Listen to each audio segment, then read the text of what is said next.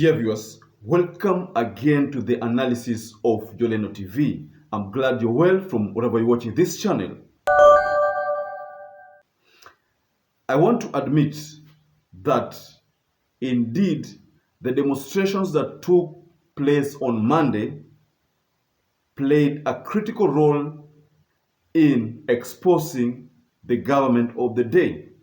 I saw a video on Al Jazeera about police, throwing tear gas, police using those water cannons to disperse protesters in Nairobi after Raila Odinga, called for protests against the rising cost of living and what he called the stolen election. So I saw on Al Jazeera English, so one of the channels, and I could tell that indeed this demonstration have painted the government in a wrong way.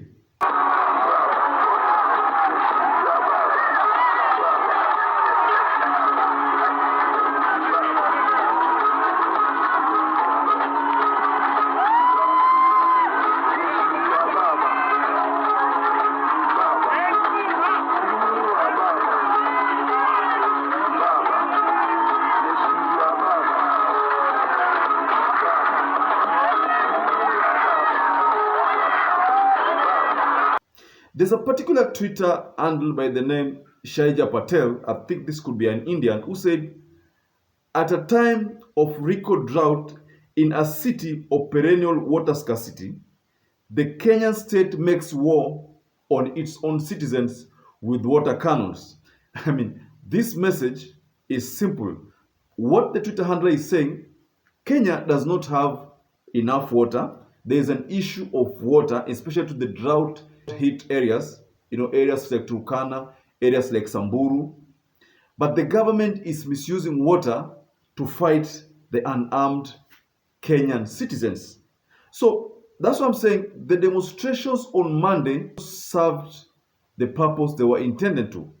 And that's the reason why William Tunga, decided to attack this government also and told the government that the police do not have the right to declare whether demonstration should be done or should not be done, because that was stopped by the 2010 Constitution.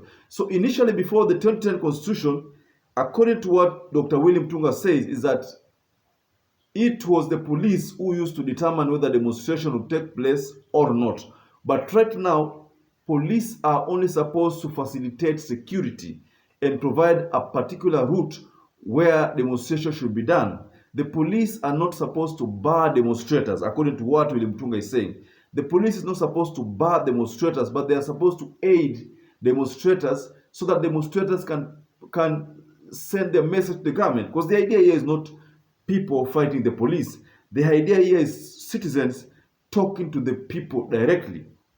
Citizens talking to the government directly. Now, the only people who are supposed to provide or facilitate that successful demonstration or to ensure a successful demonstration are the police. So that's why Dr. William Tunga seems to advising the police that mnatumia sheria vibaya. Sheria na mnavyoitumia ni vibaya. In fact, you know that Dr. William Tunga is the first Chief Justice under the 2010 Constitution. He came into place, I think, shortly before 2013 there, 2012 there. And the first deputy CJ was Nancy Baraza. But you know what happened to Nancy until she had to step down. And I think that's when now Philemona Mwilu took over. If I'm not wrong, if my facts are correct, that is when she took over. And Dr. William Tunga, the first CJ, and the second CJ probably was Maraga, and then we have Matakome.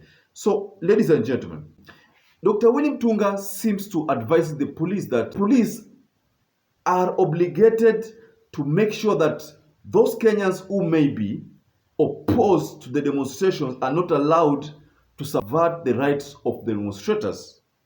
Because what Dr. William Tunga says is that the police have become a machinery of violence that the state and the various political leadership in power use to deny Kenyan their rights. So in a nutshell, What Dr. Willy Mtunga is merely trying to say is that the police did not apply due diligence in their service delivery to the people. The people need protection and not to be beaten, not to be gagged, but whatever message that the police conveyed and the Kenya Kwanza government conveyed in that mass demonstrations, that they were trying to gag people not to talk about their challenges that they're facing. Whereas the 2010 constitution, like what many people have said, and it's available in the public domain, that it allows peaceful demonstration, and that the police are only supposed to be told, we will do our demonstration in route X, route Y, just like what happens in South Africa. South Africa's case was very peaceful because the police there understood that it's their duty to protect civilians. So the police here did not understand that duty, and perhaps that's why you find that there are so many atrocities that are committed. There were so many illegalities, so many manhandling of the citizens that was witnessed, and the use of water cannons and the use of tear gas to people who are peacefully demonstrating because they feel that prices of commodity should be addressed. That fact in itself shows that the government is not for the people, by the people, but the government is for the rich. The people are regarded as the rich. The rich like Mudavadi, the people who are only hell-bent in creating jobs for their spouses. The people like Kidero, people are losers in the previous elections, but they are being given positions in this government so that they can earn salary. So the government is for such kind of losers.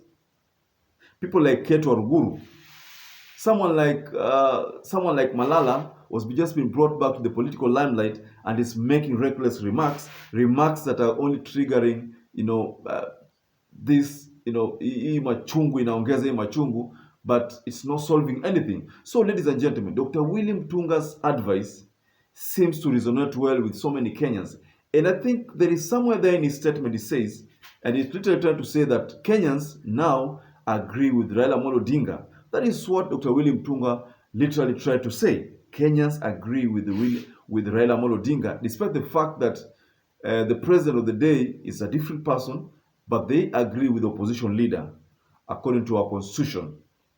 So, ladies and gentlemen, kindly share what your observations are below the comment section. And once again, I'd like to urge you to stay safe and stay blessed until we catch up again in our next analysis.